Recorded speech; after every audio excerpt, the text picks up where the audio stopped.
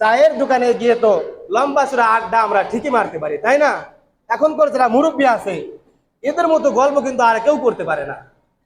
তারা চায়ের দোকানে বসলে বিশাল বিশাল গল্প নিয়ে বসে যায়, কিন্তু কোরআন পড়ার মতো সময় একটু হয় না, কোরআন জানার মতো সময় হয় না, যেটা হলো মুসলমানের জীবন বিধান, যেটা উঠতে বসতে একজন মুসলিমের সর্বদাই লাগে, সর্বদাই লাগে, যেটা ছাড়া জান্নাতে যাওয়া কখনো সম্ভব নয়। জান্নাত শুধু এমনি এমনি আল্লাহ তাআলা দিবেন না, এমনি এমনি আল্লাহ তাআলা জান্নাত আমাদেরকে দিবেন না। জান্নাতে যাওয়ার জন্য জান্নাতের কাজ করে আমাদেরকে যাইতে হবে, দুনিয়া থেকে জান্নাতের কাজ করে যাইতে হবে। দুনিয়ার মধ্যে কোরআন অনুযায়ী চলতে হবে, নবীর সুন্নাত অনুযায়ী চলতে হবে, নবীর হাদিস অনুযায়ী চলতে হবে। যদি আমরা এটা জেনে এটা বুঝে আমরা যাইতে পারি, তাহলেই তো আমাদের জান্নাত, তাহলেই তো আমাদের জান্নাত। অন্যথায় আমাদের জান্নাত পাওয়ার কোনো সম্ভাবনা নেই। জান্নাতে আমরা কখনো যাইতে পারবো না যদি কোরআনকে আমরা না মানি, কোরআনকে না বুঝি। যেহেতু দ্বীনি ইলম তলব করা ফরজ, দ্বীনি ইলম আমাদের জানতে হবে, দ্বীনি ইলম আমাদের শুনতে হবে, দ্বীনি ইলম সম্পর্কে আমাদের জ্ঞান অর্জন করতে হবে।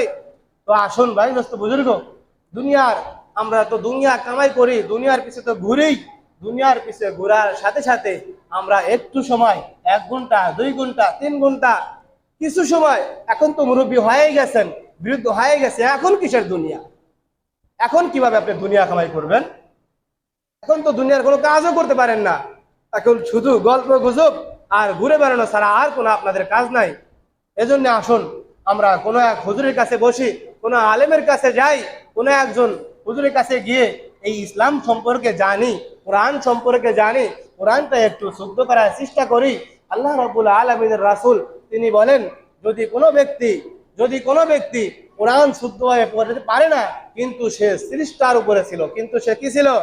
সৃষ্টার উপরে ছিল, তলবে ইলম অবস্থায় ছিল, দ্বীনি ইলম তলব করা অবস্থায় ছিল। যদি সে ব্যক্তি দ্বীনি ইলম তলব করা অবস্থায় তলবে ইলমের খাতায় নাম রেখে মৃত্যুবরণ করতে পারে, আল্লাহ রাব্বুল আলামিন তাকে জান্নাত দিয়ে দিবেন। এজন্য আমরা তো ছোটবেলায় শিক্ষা করতে পারি নাই, আমাদের বাবা মা আমাদেরকে মাদ্রাসায় দেয় নাই, আমরা শিক্ষা করতে পারি নাই, এখন আমরা বাবা মার দোষ দেই। না না না, রাসূল সাল্লাল্লাহু আলাইহি সাল্লাতু ওয়াস সালাম আরেকটা হাদিস বলেন, আলা কুল্লুকুম রাইন ওয়া কুল্লুকুম মাসউলুন আন রাইয়াতিহি। আলা কুল্লুকুম রাইন, প্রত্যেক ব্যক্তিকে তার দায়িত্ব সম্পর্কে জিজ্ঞাসা করা হবে। মা বাবার দোষ দিয়ে কোনো কাম নাই, ভাই ব্রাদারের দোষ দিয়ে কোনো কাম নাই, যে আপনার মা বাবা আপনাকে মাদ্রাসায় দেয় নাই এটা বলে আপনি পার পাবেন না। কারণ রাসূলের হাদিস, আপনার দায়িত্ব, আপনার জ্ঞান আল্লাহ রাব্বুল আলামিন আপনাকে দিয়ে দিয়েছেন, আপনার জ্ঞান খাটাইতে হবে, আপনার দায়িত্ববোধ আপনাকে আনতে হবে, যে ইসলাম সম্পর্কে জানা, কোরআন জানা এটা আমার দায়িত্ব, এটা আমার জ্ঞান, এটা আমাকে অর্জন করতেই হবে। আপনার দায়িত্ব সম্পর্কে আপনাকে জিগাইবে, আপনার মেধা সম্পর্কে আপনাকে জিগাইবে। পাগলের উপরে ইলম শিক্ষা করা ফরজ না, পাগলের উপরে নামাজ ফরজ না।